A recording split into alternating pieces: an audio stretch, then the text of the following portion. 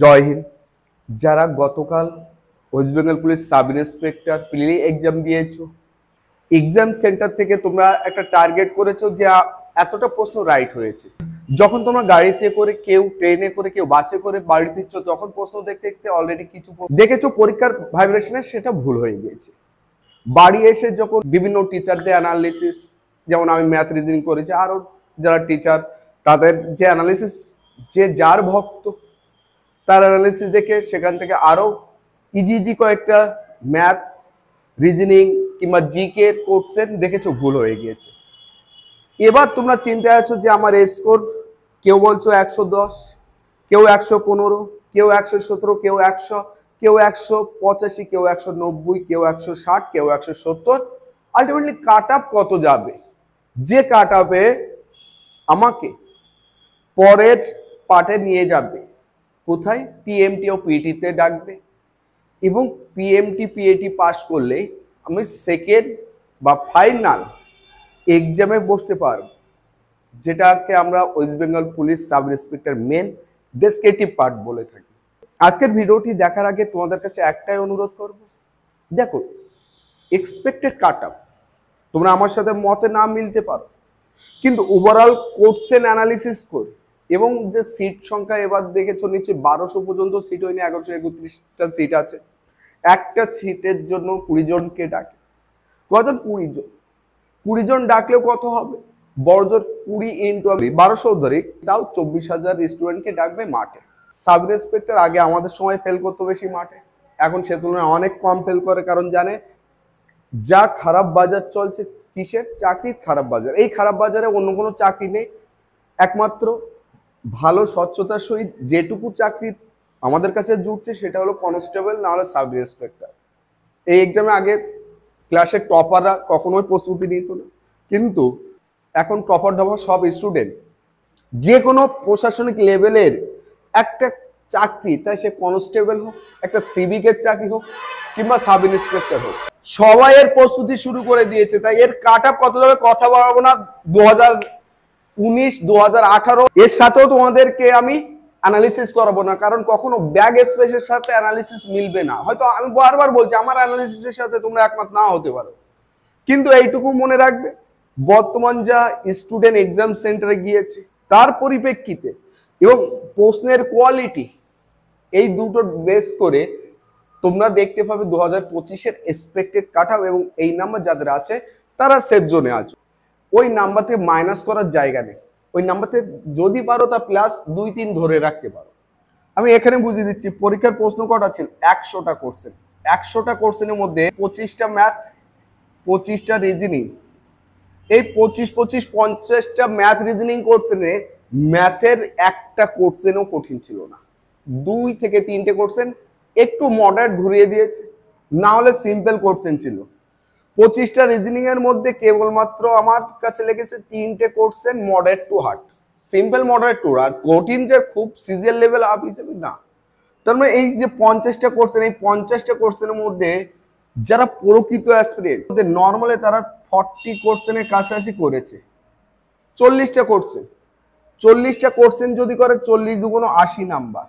আমি সেখানে একটা নর্মাল স্টুডেন্ট যার জিকে ভালো সে 75 পেল, যে ভালো সে 80, কিংবা দেখা যাচ্ছে এখান থেকে সে 100 না হলে 90 যা হয় তুলতে পারবে।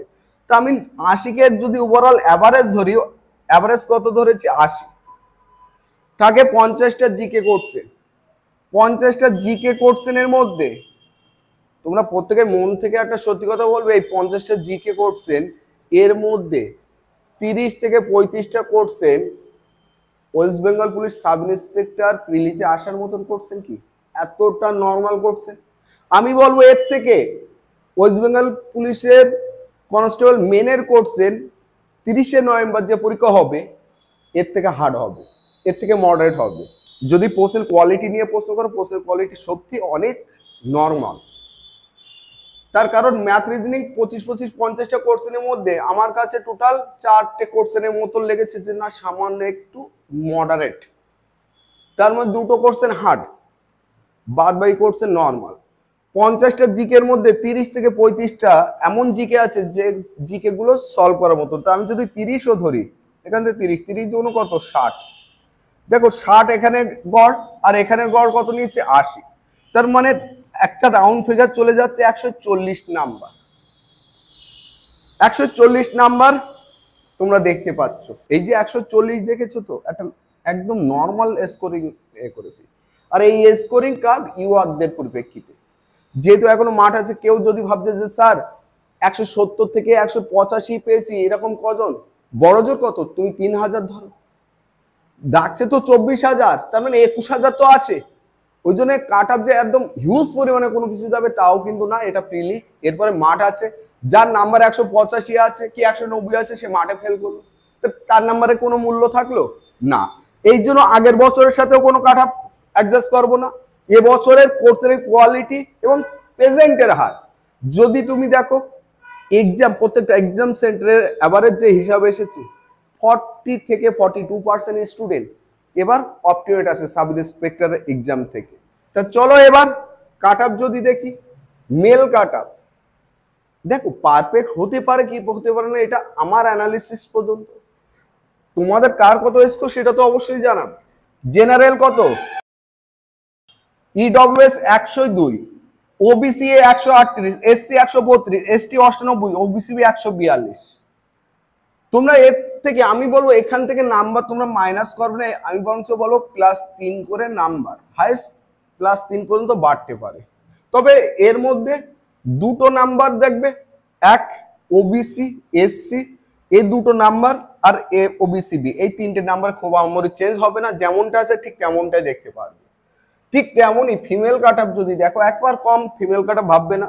জেনারেল কাট আপ যাবে 140, EWS 100, OBC 128, SC 123, ST 105, OBC B 133। যদি এই স্কোর থাকে, যদি এই স্কোর থাকে তাহলে আমি বলবো অবশ্যই তোমরা সিলেক্টেড হবে পিইটি পিএমটির জন্য। আমার সাথে তোমরা সহমত না হতেও পারো, কিন্তু যতটা পোস্টের কোয়ালিটি দেখেছি এবং সেটা প্রেজেন্টের হার, এবং স্টুডেন্ট এখন প্রিপারেশন করেই যায়, একবার নর্মাল ভাবে যায় না, সেই হিসেবে এই যে কাট আপ বলেছি, এই কাট আপটা পারফেক্ট হওয়ার চান্স 90%। যদি তুমি আগের কাট আপ দেখো, আগের যে কাট আপ গুলো সেখানেও দেখো 120, 2019 সালে 122, এই যে কাট আপ গুলো যাচ্ছে, তখনকার প্রশ্নের লেভেল এ প্রশ্নের লেভেলের মধ্যে আমি বলবো এখনকার প্রশ্ন, মানে এই বছর যে প্রশ্ন হয়েছে না, আরো জলভাত প্রশ্ন দিয়েছে। এই জন্য প্রেজেন্টের হার কম, কিন্তু তারপরেও আমি কাট আপ আমার হিসাবে এই 146-এ আটকে যাবে, 46 থেকে 48 এর মধ্যে আটকে যাবে।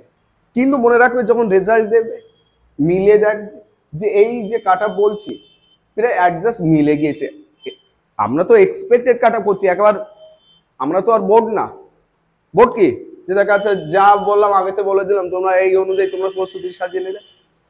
এই জন্য বেশি কথা বলবো না, যাদের স্কোর এই আছে তোমরা একটা নিরাপদ জোনে, সেফ জোনে আছো, কারণ প্রশ্নের কোয়ালিটি সবকিছু দেখেছি, প্রেজেন্টের হাত দেখেছি, রানের রাখবে সেই হিসাবে। এবং যারা মেনের জন্য এখন থেকে প্রিপারেশন নেবে, তার কারণ দেখো West Bengal police sub inspector main কিন্তু ইম্পর্টেন্ট জিনিস, যেখানে ডেসক্রিপটিভ, ম্যাথ এবং রিজনিং এই দুটো পার্ট কিন্তু সব থেকে ইম্পর্টেন্ট, কারণ স্কোরিং সাবজেক্ট হলো তোমাদের পাখির চোখ রাখা উচিত এই ম্যাথ আর রিজনিং। এই ম্যাথ আর রিজনিং এর স্কোরটা একবার কম ভাববে না, সেই সাথে জিকে এই পার্টটাই কিন্তু স্কোরিং পার্ট, এই পার্টটাই স্কোরিং পার্ট। এই জন্য যদি ভাবো যে ভালো কোথাও আমি ভর্তি হব, অফলাইন হোক অনলাইন হোক, তাহলে অবশ্যই আমি বলবো যে আগে কটা বেরিয়েছে না বেরিয়েছে এইসব না, তুমি পরীক্ষা দেবে, তুমি এক্সামে যাবে, তাহলে কার কাছ থেকে তুমি পড়াশুনো করলে তুমি সিলেকশন পাবে। 1000 জন, 500 জন, 100 জনের মধ্যে একজন দুজন পেয়ে আমি নিজেকে অনেক বড়াই করলাম যে না আমার কাছে এবার একটা সাব ইন্সপেক্টর বেরিয়েছে, আমি তাদেরকেও কোনো কিছু বলছি না। অ্যাজ এ স্টুডেন্ট হিসেবে তোমরা দেখো কি যে এই কোচিং সেন্টার থেকে, এই টিচারের কাছ থেকে এই সাব ইন্সপেক্টর একটা বেরিয়েছে, কিন্তু দেখো না যে ওর পিছনে ওই টিচারের কাছ থেকে কতজন এক্সামে গিয়েছিল। আমরা কি জানো তো, আমরা ভালোটাকে ফেস দেখাই, নিজেদের খারাপটাকে দেখাই না। স্বাভাবিক তো, তুমি হলেও দেখাবে না। তাই এই জন্য জাজমেন্ট তোমাকে করা উচিত যে আমি কোথা থেকে শিখলে আমি অঙ্ক এবং রিজনিং এর ভয় আমার কেটে যাবে, এবং সেই সাথে আমি জিকের প্লটটা ডেসক্রিপটিভ জিকেও আমি তৈরি করতে পারবো। যদি মনে হয় তাহলে সেইভাবে তোমরা তেমন জায়গায় অ্যাডমিশন নিয়ে নেবে। এবং যদি ভাবো যে মেনের ব্যাচে অ্যাডমিশন হবে, তাহলে অবশ্যই 8159971882। আমাদের অফলাইন সেন্টারেও যদি অ্যাডমিশন হতে চাও, বসিরহাট ভ্যাবলা রেল গেটের পাশে এবং ডাকবাংলা, শাহপুর ডাকবাংলা, বন্ধন ব্যাংকের দ্বিতলে।